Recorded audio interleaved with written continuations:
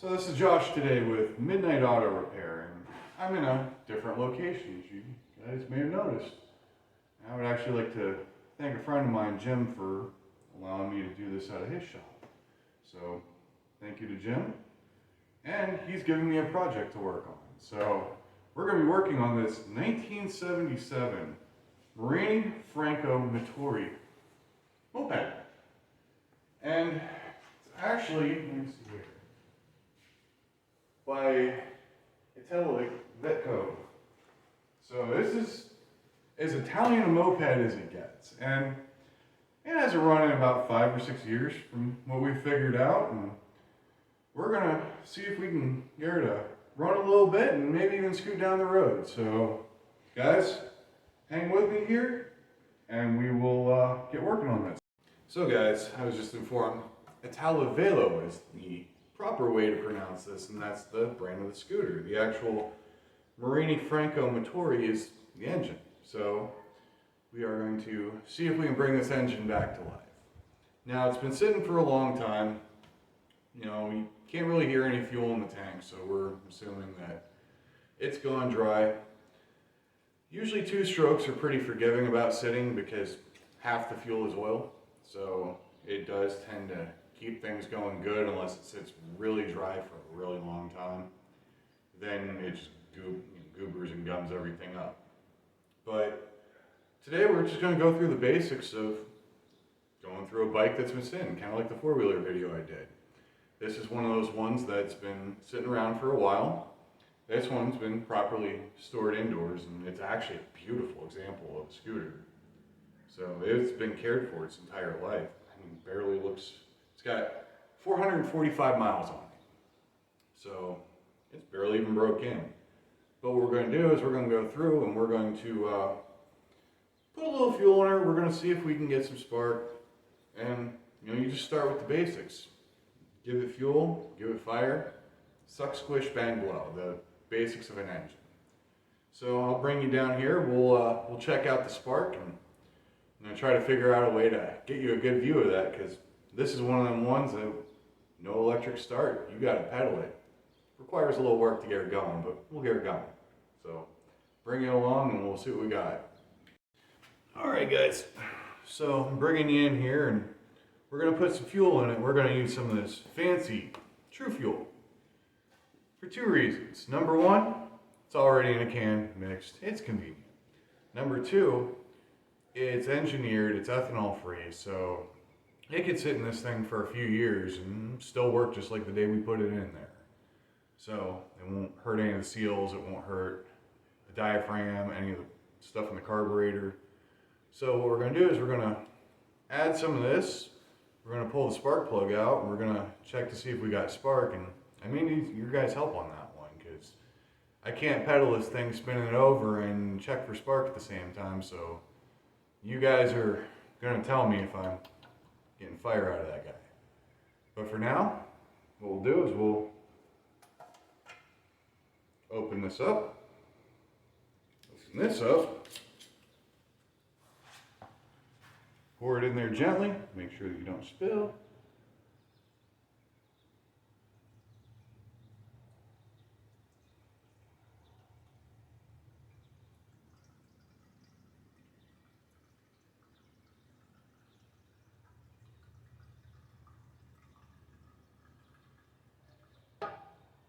A little extra in there, just in case.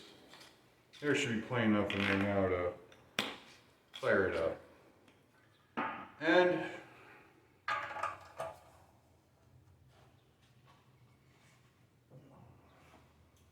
I did grab a can of this just in case, but guys, you gotta be careful with the 2-stroke. You gotta be careful that you don't use starting fluid that doesn't have an upper cylinder lubricant in it, because in this case the fuel is the lubricant. So you want to make sure you at least have something that has some lubricating properties. You don't want to go at this with just like brake clean or carb and choke cleaner, because those don't have any lubricating properties to them. So if you are going to do that, always look at the can. It'll normally tell you with upper cylinder lubricant. So make sure you're mindful when you're getting into this. And what I'm going to do is I'm going to come over here. I'm gonna put that off to the side because we're not ready for it yet. We are going to grab the basic work tools. And on something like this, and right now, we just need a 13/16 spark plug socket and a flathead screwdriver. I told you. Pretty basic. What we're going to do is we are going to pop this guy off here, and we are going to pull the spark plug out and see if it's got any fire to it.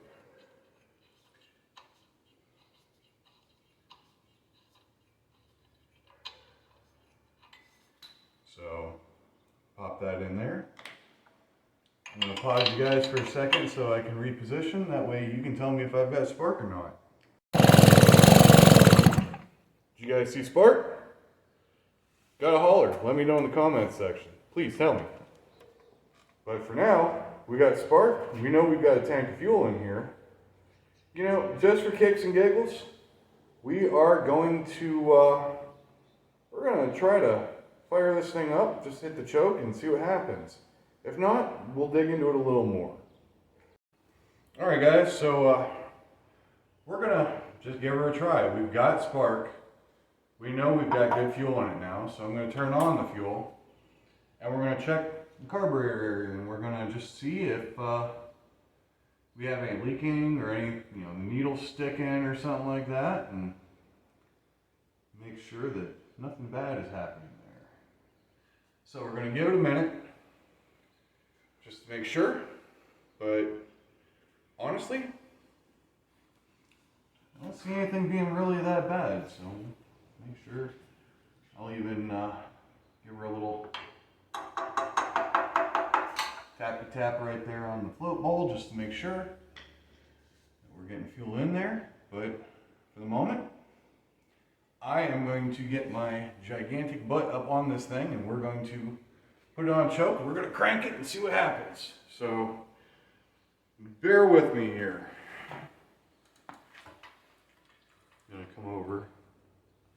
Looks like the choke is going to be up.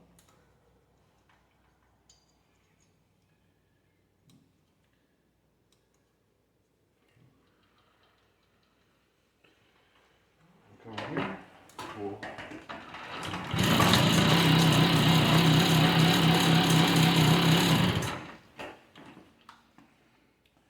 Clearly not quite happy about things yet, but what we'll do is we'll pop off the housing cover here. Just turn it enough just to gently loosen it up. I don't know why that wants to stick down, but we'll over here. Give her just a whiff of ether and give her another go.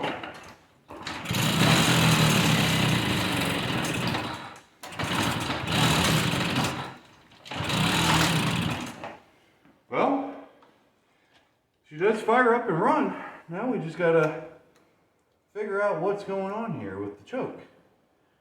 But that's a good sign. It means that it wants to run, it wants to go. So what we'll do is, let's look up here real quick. Make sure everything's fine. Actually, interested in why that choke lever does not want to come back up.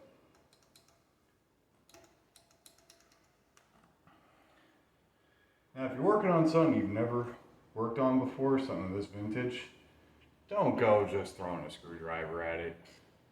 And also, too, if you're working on something, make sure there's a fire extinguisher, some way to put out an oopsie before it looks like my last video. But what we'll do here is Actually, what I'll do is see if I can put a quick hand over it.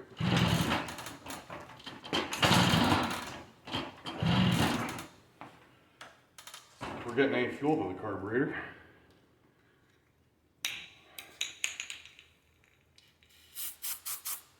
Take this guy here.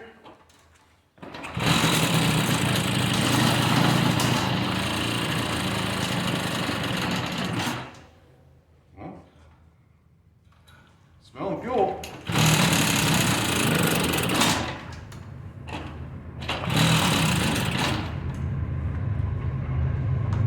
Now I think the choke's stuck on, so we got to figure out what's actually holding this little lever up.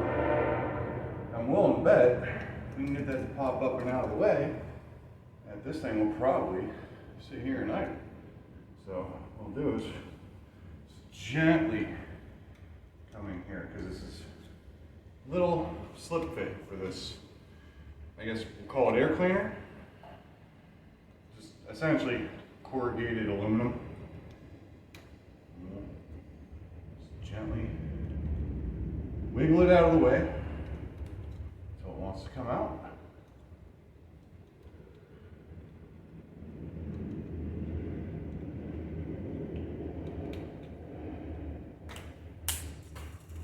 And we're out. Now, looks like a little gasket in there. Looks like it's just kind of stuck there, and there's a little release. So now we're open again, and clearly we're getting fuel. So let's see. Now we got the choke off. She'll fire up.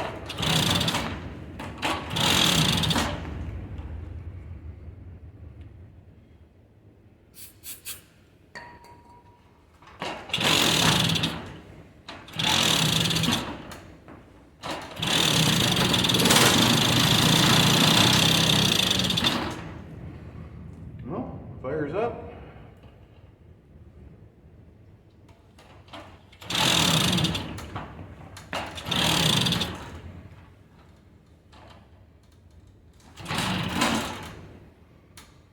Now, I have noticed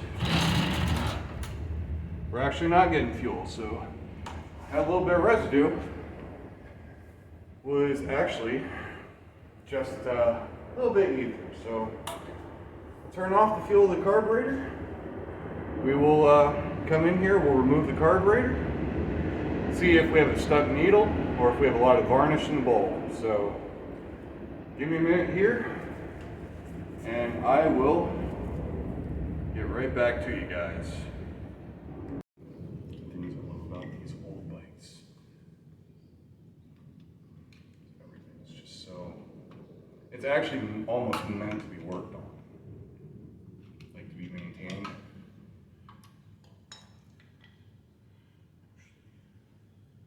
wonder if we're even getting fuel through the line. That's right. Let me turn this on and see if there's fuel flowing. I was gonna say, you got a little cup or something just in case. Got a cup right here. Yeah, it works. Cloth cup. Yeah. On. Yep. Yep. And it's all that true fuel, so I don't think there was anything in the tank to begin with. So, let's see here. Bottom of this, just a couple flathead screws. Probably just doing it right here. Alright guys, so I got the carburetor unmounted.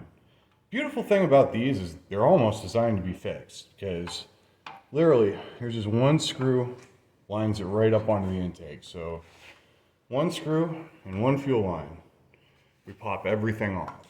And then we just grab the float bowl here. And we pop this little cover off. Loosen the screws.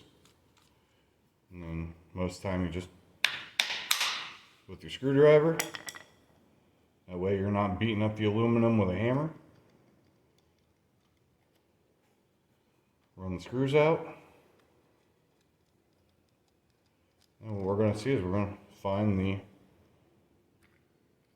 carburetor float bowl just absolutely filled with varnish. So, yeah, it looks like we have a needle that's moving up and down. We probably have a idle jet that's completely bunged off. So what we'll do is, since we know that the inlet,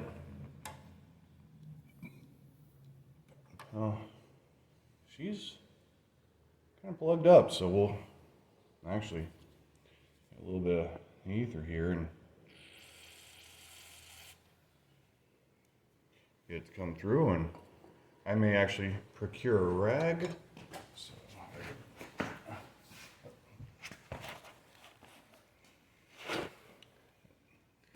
procure a rag here, that way we can take a little bit of this ether and just kind of give her a quick washout, just to get everything clean. We'll actually pull off this little, looks like a little like sediment bowl or something that's on the side here, because it's an Italian scooter. This is normally a little out of my wheelhouse. I'm normally used to working on the Chinese ones, but looks like we have a little fuel screen here. I can blow through the outer housing on that, and it looks like you take a screwdriver or a small pick tool and you come in here and you got this little mesh inner liner here that will come off.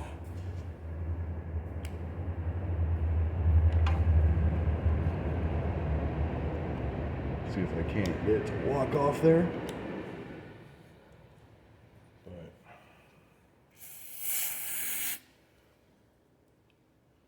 looks like we got a bunch of varnish in there.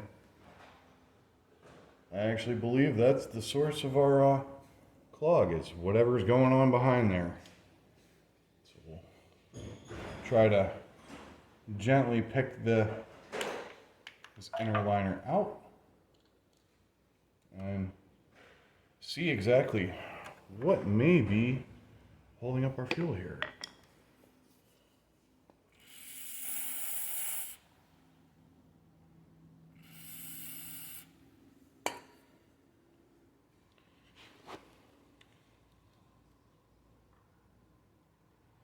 Quick run through.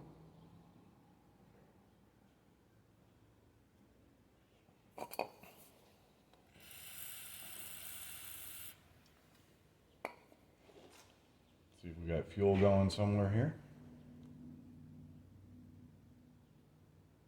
We probably have an obstruction in the carburetor here. So we'll try to get that figured out. Which means we'll have to take a small pick tool or something and walk this little pin out if it wants to be agreeable, which sometimes these are, and they'll pop right out of there for you, and sometimes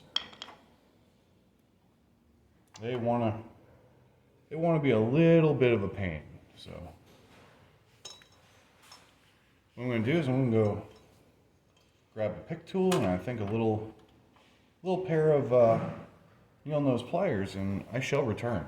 Alright guys, I found a pick tool, but we did find its next suitable replacement here, which is just a little mini hex head. We'll walk that pin out, and as you saw, that was the needle that actually had fell down. There's a float bowl. Grab that guy, wheel him back over here. So here's your needle. Needle sits in the carburetor here, and it just acts as a block. So whenever the carburetor is full, it comes up and it tells it no more fuel. And then when it needs more fuel, it pops down and allows a little bit of fuel to come in and around. So what we're going to do is we're going to try to shoot a little ether up through there and see why we're not getting anything, honestly. So we're blocked off somewhere pretty hard.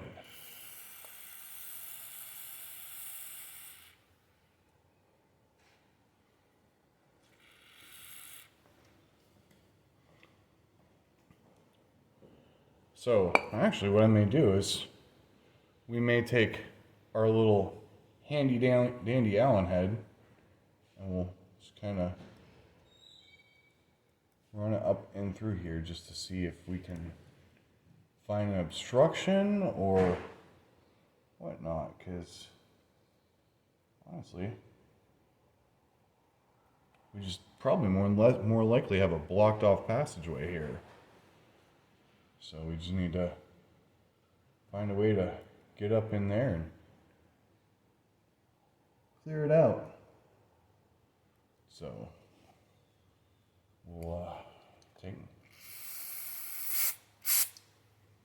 spray a little there, and just try to soak out whatever's in there.